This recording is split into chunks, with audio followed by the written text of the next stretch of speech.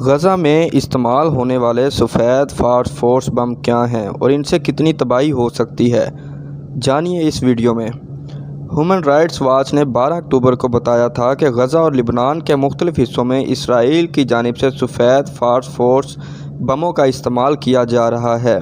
سفید phosphorus bomb ایک ایسا کیمیائی ہتھیار ہے جو بڑے پیمانے پر تباہی پھیلاتا ہے۔ ہیومن رائٹس واچ کے مطابق اس نے لبنان اور غزہ میں 10 اور 11 اکتوبر کے حملوں کی فوٹیج کی جانچ پڑتال کے بعد سفید فاسفورس بموں کے استعمال کی تصدیق کی ہے۔ سفید فاسفورس بم کیا ہیں؟ سفید فاسفورس ایک کیمیائی مادہ ہوتا ہے جسے بموں، راکٹوں اور آرٹری شیل پر پھیلایا جاتا ہے، اور یہ مادہ اس وقت جلتا ہے جب اس کا سامنا آکسیجن سے ہوتا ہے۔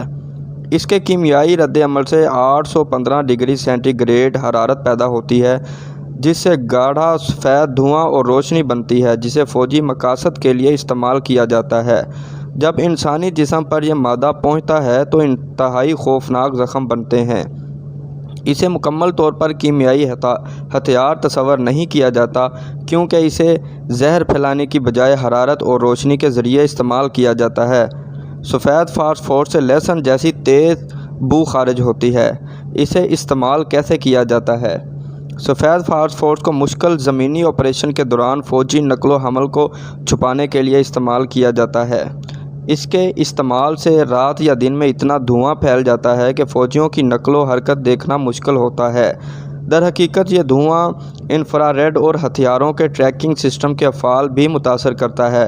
جب فضا میں دھماکے سے سفید فاسفورس پھیلایا جاتا ہے تو یہ زیادہ بڑے علاقے میں پھیلتا ہے اور بڑے پیمانے پر فوجی نقل و حرکت کو چھپانا ممکن ہوتا ہے۔ ہر ہجوم علاقے جیسے غزہ میں اس کے استعمال سے شہریوں کو خطرات لاحق ہوتے ہیں۔ سفید فاسفورس پر مبنی ہتھیار اگر زمین پر پھٹتا ہے تو متاثرہ علاقہ محدود ہوتا ہے جبکہ دھواں دیر تک برقرار رہتا ہے۔ اس کے مقابلے میں فضا میں سفید فاسفورس سے بننے والے بادل کے دورانیے کا انحصار ماحولیاتی عناصر پر ہوتا ہے، تو اس بارے میں پیش گوئی کرنا مشکل ہے۔ اس سے کیا نقصان ہوتا ہے؟ سفید فاسفورس جسم کو بہت زیادہ جلا دیتا ہے۔ در حقیقت یہ انسانی جسم کے پٹھوں اور ہڈیوں تک کو جلا دیتا ہے۔ اگر سفید فاسفورس کے ذرات کو نکالا نہ جائے تو علاج کے بعد بھی آکسیجن کا سامنا ہونے پر زخموں کو نقصان پہنچتا ہے۔ ماہرین کے مطابق سفید فاسفورس سے جسم کے محض 10% حصے کا جلنا بھی جان لیوا ثابت ہو سکتا ہے، جبکہ اس کا استعمال نظام تنفس کو نقصان پہنچاتا ہے اور مختلف اعضاء کے افعال تھم جاتے ہیں۔ جو افراد سفید فاسفورس سے زخمی ہونے کے بعد بچ جاتے ہیں ان میں سے اکثر کو زندگی بھر مختلف مسائل کا سامنا ہوتا ہے، جیسے مسل کو مستقل نقصان پہنچتا ہے جبکہ دیگر ٹشوز کے افعال بھی متاثر ہوتے ہیں۔ اس طرح حملے کا صدمہ، تکلیف دہ علاج اور زخموں کی شکل بدلنا ذہنی صحت کو نقصان پہنچانے والے عوامل ہیں۔ سفید فاسفورس سے بھڑکنے والی آگ شہری انفراسٹرکچر کو تباہ کر دیتی ہے، فصلوں کو نقصان پہنچاتی ہے اور مویشیوں کے لیے جان لیوا ثابت ہوتی ہے۔